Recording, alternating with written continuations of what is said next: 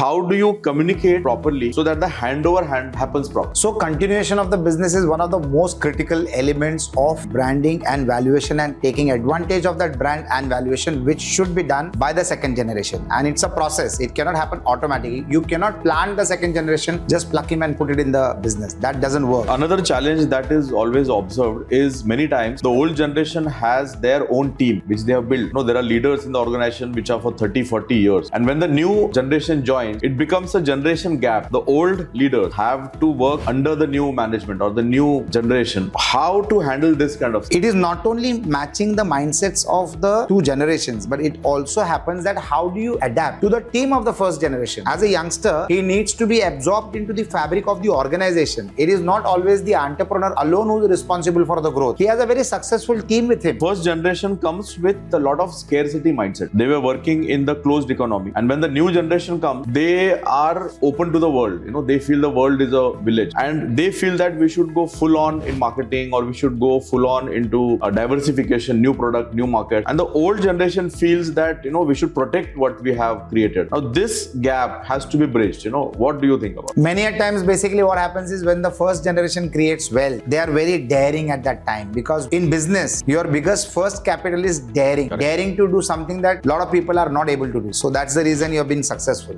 Welcome to the channel of Udyog Yash. In this channel, we discuss challenges faced by business owners, and today we have Agnelo Rajesh Athaide sir for a discussion on a topic, a very interesting topic. The topic is India is coming to a time where first generation is transferring the power or handling the business to another generation. Now this transition is a very interesting arrangement. The old generation has worked in a different scenario, and the new generation is working in a different scenario. So how do you communicate properly so that the handover happens properly? So continuation of the business is one of the most critical elements of branding and valuation, and taking advantage of that brand and valuation, which should be done by the second generation. And it's a process. It cannot happen automatically. You cannot plant the second generation, just pluck him and put it in the business. That doesn't work. This needs to be cultured and nurtured from a very young age with a conscious mind, with intentional intentions in action all the time. Now, lots of interesting entrepreneurs have made sure that their second generation gets intertwined into the business from a very young age. There is no age bar to that. There are a lot of people who try to showcase what they're doing to their children right from their school days. And then it percolates in the minds of the children that, oh, this is what I want to do. That is how it happens in the developed countries. Why do you think that America and Europe has got companies which are 300 years old and 400 years old, and 8th generation and the 10th generation and the 12th generation working in the same business? Because they have made it as a part of their family's culture on how to integrate the new generation into the system. There will be gaps. Especially in India, we see the gaps happening. There is no correlation between the first generation and the second generation. Now, the second generation has built wealth. And because they have built wealth, they think that let me send my child to America, to Europe, to Singapore, to Australia for studies. What they fail to do is they do not give orientation to the children, because they are their children, that this kind of exposure that you take in the international country can be absorbed with my enterprise or my business model, which can uplift the speed of growth for the next generation to take over, or when I hand it over to the next generation. If there is a conscious effort done towards that, it will do a lot of magic to the organization. The organization which moves to the second generation and the third generation is more beneficial not only to that family or to the people associated with that organization, but it is nation building.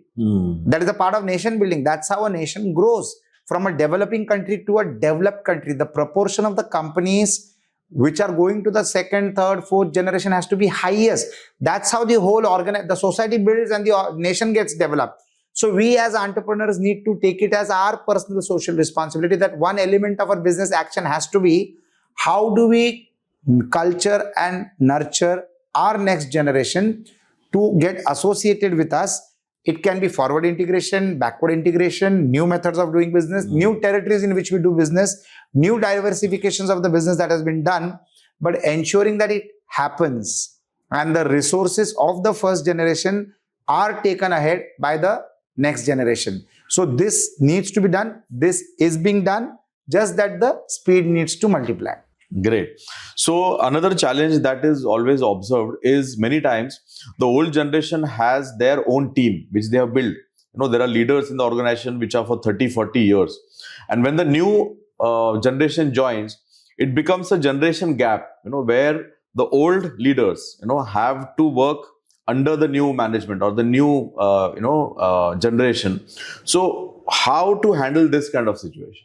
So there are many processes to do that. So the challenge is not only between the generations, like between the son and the father, or the daughter and the father, or vice versa. It can not always be only the father. It can be the mother also, who is the Correct. head of the business. Correct. It is not only matching the mindsets of the two generations, but it also happens that how do you adapt to the team of the first generation? As a youngster, he needs to be absorbed into the fabric of the organization. It is not always the entrepreneur alone who is responsible for the growth. Correct. He has a very successful team with him, and they are of that age of the entrepreneur. How do they also gel well with the next incoming generation? So this also needs to be integrated as the second generation is in their growing stages. When you become a part of the ongoing business during your school and your college days, then the aunties and the uncles of the organization become your backbone and your support for making you successful when you venture in. I remember meeting Anand Mahindra in the in 1999. And when I met him in his office, he introduced me to the other people in his cabin. There were 3-4 gentlemen in the cabin. And apparently Anand Mahindra was youngest amongst them, which means those people were the teammates of his father or the previous generation of Mahindra and Mahindra. The sync which was there, Anand Mahindra is a super successful entrepreneur in my eyes and in the eyes of the nation and the world. And why is he super successful? Because he got the support. He didn't get only the resources of his heritage or his hierarchy or his generation, previous generation. He got the people of the previous generation to support his growth. Now, when you get that, you automatically become robust in whatever you're doing. I could see that in action. I see that in multiple places. Like I co-work with, in one of my business, I am working with a friend of mine called Sunil Uplab. He's your friend also. Ji. Now, Sunil Uplab is a first generation entrepreneur. He has got his son, Sarvesh, who's a PhD from Boston, from US. He has got his daughter, who's an architect from JJ School of Arts, such a powerful establishment.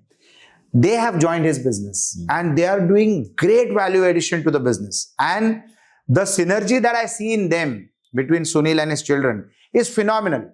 Now, Sunil is a futuristic entrepreneur. He sees that the organization can be more robust and can grow faster with new thoughts and new energy into the organization. So Sunil's colleagues have integrated themselves so well with the children.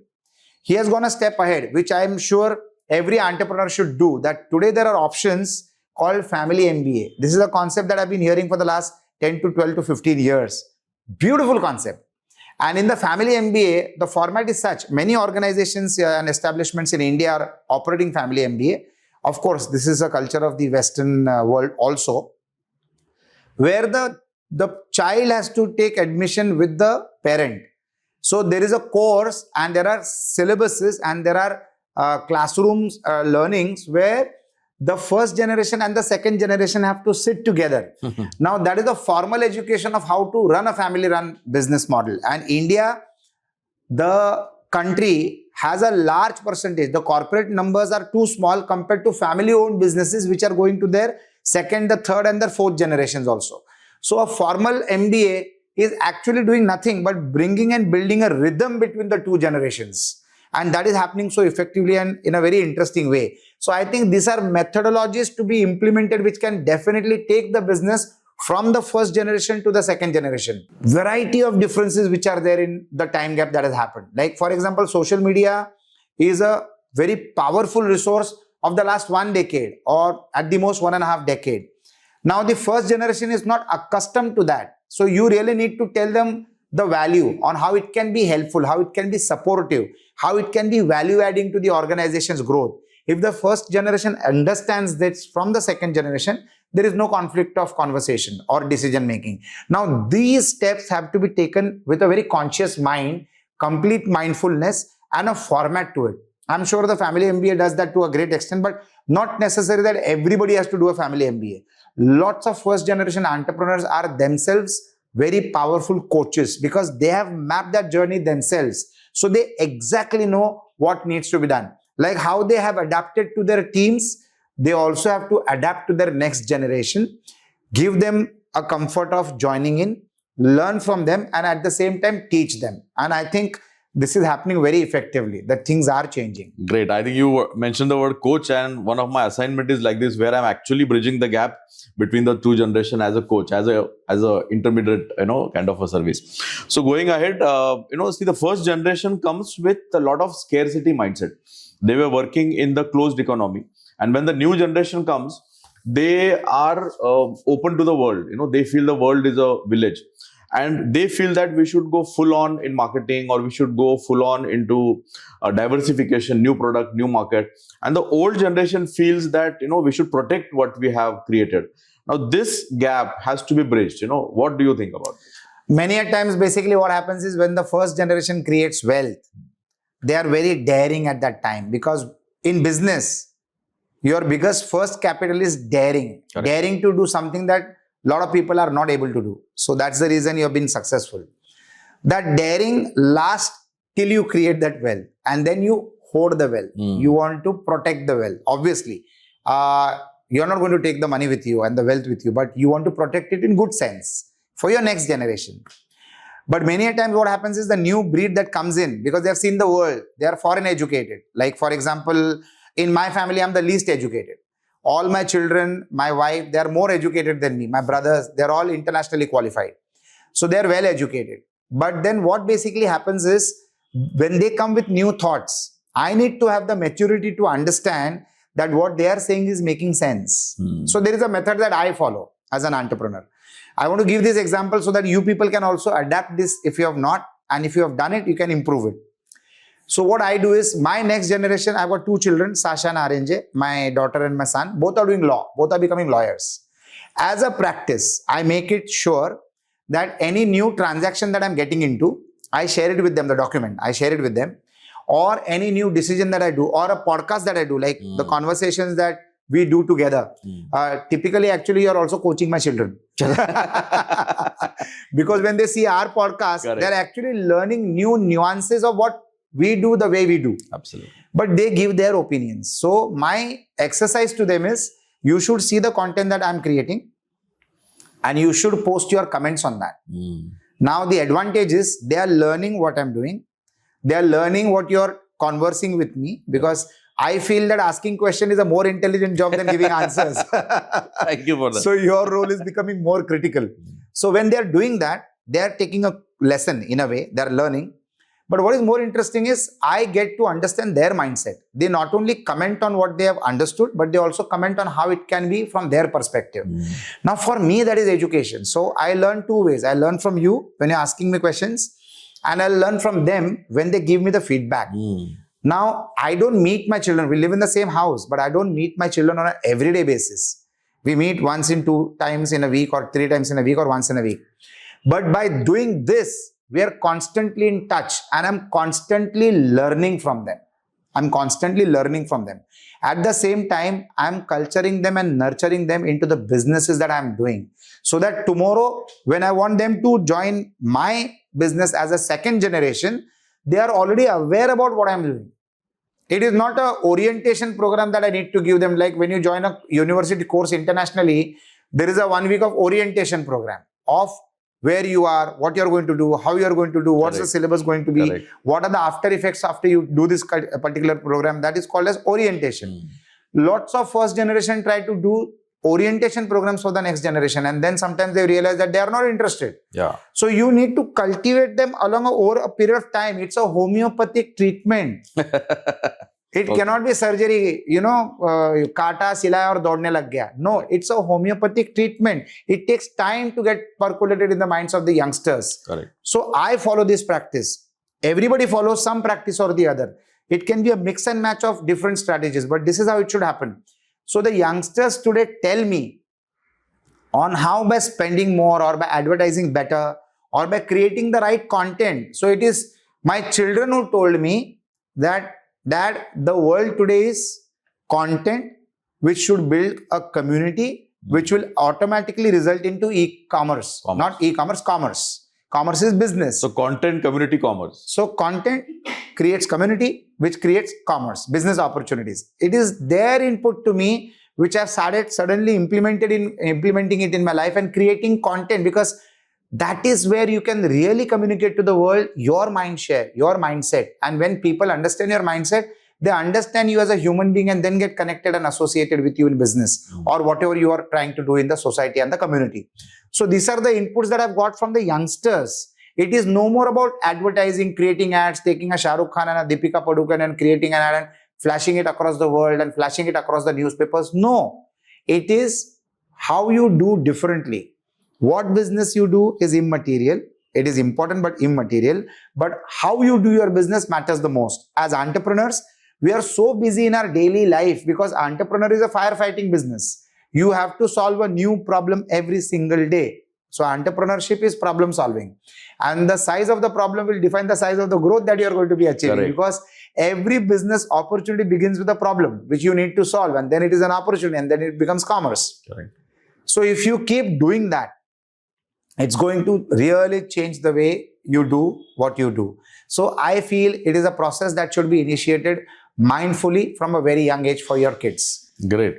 I think that is a very, very useful insight. But these days, what we understand is the way the old generation or the earlier generation thinks, and they come from their experiences that the market is closed, So I've heard many first generation entrepreneurs saying, we don't need any marketing. Our quality is so good, people come searching us. The client will search for us. And the new generation says, gone are the days, now you need to actually go out to the market, or they come up with a new product or a new diversification or a forward integration or some like a merger or acquisition or taking stakeholder. Now, all these topics are very new to the first generation.